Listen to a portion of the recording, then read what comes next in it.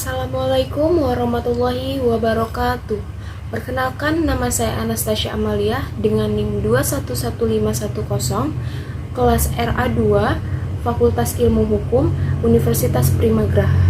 Di sini saya akan memaparkan ujian tengah semester mata kuliah Hukum Pidana dengan dosen Bapak Muhammad Romdoni SHMH. Langsung saja saya akan menjawab. Tokoh yang pertama yaitu dari Muljatno. Ia mengemukakan bahwa hukum pidana itu bagian dari keseluruhan hukum yang berlaku di suatu negara yang mengadakan dasar-dasar aturan untuk tindak pidana, pertanggungjawaban pidana, dan pemidanaan. Untuk tokoh yang kedua yaitu dari Satoshi Kartanegara. Ia mengemukakan bahwa hukum pidana itu terbagi ke dalam dua sudut, yakni hukum pidana dalam arti objektif, yang mana maksudnya larangan atau keharusan jika dilanggar akan dikenakan sanksi. Yang kedua yaitu subjektif, sudut yang kedua itu subjektif, yang mana artinya hak suatu negara untuk menghukum seseorang yang melakukan tindak pidana. Untuk tokoh yang ketiga yaitu dari Sudarto. Ia mengemukakan bahwa hukum pidana itu memiliki sudut pandang sebagai sistem sanksi negatif. Ia diterapkan jika sarana tidak dipenuhi, maka hukum pidana itu memiliki fungsi yang subsidiar.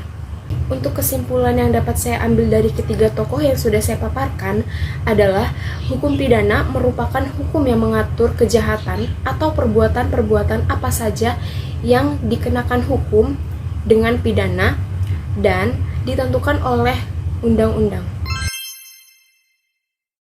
Macam-macam dari ilmu bantu dalam hukum pidana itu terdapat 4. Yang pertama yaitu ada kriminologi, penologi, kriminalitas, dan viktimologi. Yang pertama yaitu ada kriminologi, di mana kriminologi itu adalah ilmu pengetahuan tentang menyelidiki gejala-gejala kejahatan atau tingkah laku yang senonoh, sebab musabab, dan juga serta akibat-akibatnya. Yang kedua ada penologi. Penologi itu ilmu yang masih berkaitan dengan kriminologi, tetapi lebih mempelajari kepada prinsip-prinsip penjara, pengelolaan penjara, dan juga panti asuhan, serta unit keruangan lainnya. Untuk yang ketiga yaitu ada kriminalistik, di mana kriminalistik ini ilmu deteksi kejahatan yang melibatkan analisis seperti analisis cairan darah, analisis jaringan, serta tes-tes analisis lainnya yang membantu untuk memecahkan masalah-masalah di dalam bidang hukum. Yang terakhir yaitu ada viktimologi. Viktimologi itu ilmu yang mempelajari terhadap si korbannya, bagaimana si korban dengan si pelaku, bagaimana korban dengan pihak keluarga, bagaimana korban dengan kelompok-kelompok sosial lainnya atau dengan lingkungannya. Sejarah dari asas legalitas bermula atau berawal dari adanya hukum Romawi kuno yang menerapkan sistem hukum crimen extraordinaria, yang mana artinya adalah kejahatan-kejahatan yang belum diundang-undangkan. Nah, dari situ bangsa-bangsa Eropa Barat mulai menerima adanya sistem hukum tersebut, sehingga terjadilah abuse of power dari pemerintah atau raja, yang mana raja itu bersewenang-wenang menggunakan kekuasaannya untuk menghakimi, mempidanai rakyatnya, bahkan tanpa tahu si rakyatnya itu ia memiliki kesalahan apa, ia akan dihakimi secara apa atau dipidanakan secara bagaimana. Nah, dari situ banyak para ahli yang mengkritik adanya penghukuman tersebut. Nah, dari kritikan-kritikan kritikan para ahli tersebut masih bersifat general atau belum diundangkan. Nah, dari saat kejadian itu Kemudian di tahun 1775 sampai 1883 ada seorang ahli hukum yang berasal dari Jerman bernama von Feuerbach. Ia merumuskan asas legalitas dengan postulat nullum delictum nulla peona sine pravia lege penal. Makna dari asas legalitas yang pertama yaitu suatu perbuatan dipidana hanya jika diatur di dalam perundang-undangan pidana. Makna yang kedua yaitu kekuatan ketentuan pidana tidak boleh berlaku surut. Macam-macam delik menurut Profesor Edi. Yang pertama yaitu ada delik formil, di mana delik ini menitik beratkan kepada tindakannya, dan contohnya itu terdapat pada pasal 362 KUHP. Yang kedua ada delik material. Delik material ini menitik beratkan kepada akibatnya, dan contohnya itu terdapat pada pasal 338 KUHP. Selanjutnya yang ketiga yaitu ada delik omisi, di mana tidak melakukan perbuatan yang diwajibkan atau diharuskan oleh undang-undang, dan contohnya itu tercantum pada pasal 224 KUHP. Keempat yaitu ada delik khusus, di mana delik ini bisa dilakukan oleh orang-orang dengan kualifikasi tertentu, dan contohnya itu terdapat pada pasal 449 KUHP. Yang kelima yaitu ada delik aduan, di mana delik ini membutuhkan pengaduan untuk diprosesnya perkara tersebut. Nah, delik ini contohnya itu terdapat pada bab ke-16 tentang kejahatan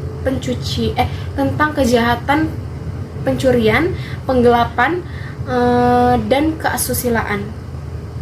Yang keenam yaitu ada delik sederhana, di mana delik dalam bentuk pokok sebagaimana dirumuskan oleh pembentuk undang-undang, dan contohnya itu tercantum pada pasal 372 KUHP. 7 atau yang terakhir yaitu delik terkualifikasi, yaitu delik-delik dengan pemberatan karena keadaan-keadaan tertentu, dan contohnya itu tercantum dalam pasal 374 KUHP.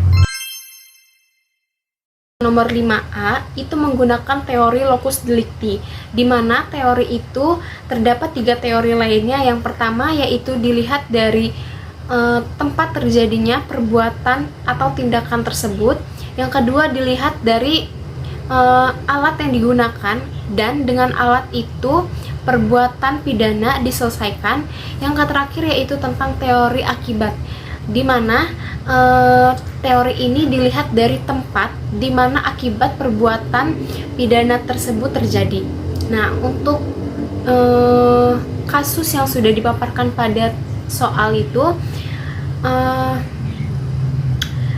mengapa si TKI itu dihukum pidana mati di luar negeri atau di negara lain? Dikarenakan perbuatan serta akibatnya itu terjadi di negara lain, sehingga hukumannya diambil alih oleh pemerintahan negara tersebut atau diambil alih oleh pengadilan di negara tersebut. Untuk menjawab soal nomor 5B itu menggunakan prosedural prinsip ekstradisi, di mana dari pengertian prinsip ekstradisi itu adalah proses di mana seorang tersangka yang ditahan di luar negeri atau di negara lain lalu dikembalikan kepada negara asalnya, negara asal si tersangka, untuk disidang sesuai dengan perjanjian dan yang bersangkutan. Konsep kesalahan itu terdiri dari 2 kesalahan. Yang pertama yaitu ada dolus atau kesengajaan, yang kedua yaitu ada culpa atau kealpaan. Yang pertama yaitu kesengajaan, itu terbagi ke dalam 3 kesengajaan. Yang pertama ada kesengajaan sebagai maksud, terus yang kedua ada kesengajaan sebagai kepastian, yang ketiga ada kesengajaan sebagai kemungkinan.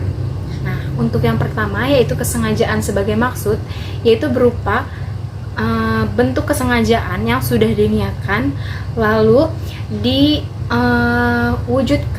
perbuatannya sehingga menimbulkan akibat yang ia inginkan. Contohnya seperti seseorang ingin membunuh temannya menggunakan pisau dapur, lalu ia melakukan perbuatan yang sudah ia inginkan itu kepada temannya tersebut, melakukan penggorokan terhadap temannya sehingga menimbulkan akibat di mana temannya tersebut meninggal atau tewas di tempat.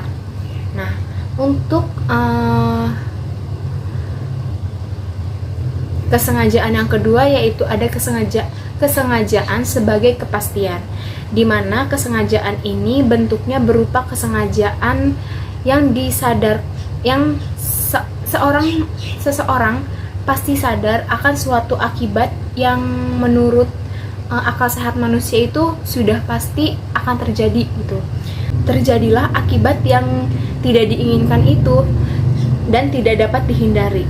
Contohnya seperti seorang perampok yang merampok bank lalu ia tidak sengaja atau sebenarnya tidak ingin melakukan bahwa ia telah menyerang si teller bank tersebut menggunakan senjata api di kepalanya sehingga menimbulkan teller tersebut meninggal di tempat. Nah, dari peristiwa itu si perampok tidak bisa menghindari bahwasannya ia telah membunuh seorang teller tersebut. Kesengajaan yang ketiga yaitu ada kesengajaan sebagai kemungkinan, di mana kesengajaan ini adalah suatu kesadaran untuk melakukan perbuatan yang telah diketahui bahwa akibat yang lainnya itu mungkin akan timbul di perbuatan tersebut. Contohnya seperti seorang supir truk yang mana ia mengendarai truk tersebut dengan laju kecepatan yang cepat, padahal di depan jalan yang ia sedang jalani ini terdapat tikungan yang cukup curam, dan dia pun mengetahui bahwa jika ia terus melakukan mengendarai secara cepat dan melewati tikungan itu dengan kecepatan yang tinggi, maka mengakibatkan terjadinya kecelakaan. Tetapi dia tetap melakukan hal itu sehingga terjadilah kejadian yang timbul dan tidak diinginkan tersebut. Selanjutnya, kesalahan yang kedua yaitu culpa atau kealpaan, di mana culpa ini terbagi menjadi dua jenis, yaitu ada culpa lata dan culpa levis. Culpa lata itu kesalahan atau kelalaian yang akibatnya itu besar atau fatal. Contohnya seperti seorang dokter yang sedang mengoperasi pasiennya, tetapi si dokter tersebut melakukan kelalaian atau kesalahan atas kesalahan dirinya sehingga menyebabkan si pasiennya meninggal dunia. Nah, untuk yang jenis kedua ini adalah culpa levis, yang mana culpa ini sama saja berupa kelalaian tetapi tidak menimbulkan akibat yang begitu besar atau akibat yang fatal. Hanya sama seperti contoh sebelumnya di culpa lata, tetapi di culpa levis ini kesalahannya tidak bersumber dari si dokternya, melainkan dari sumber-sumber lainnya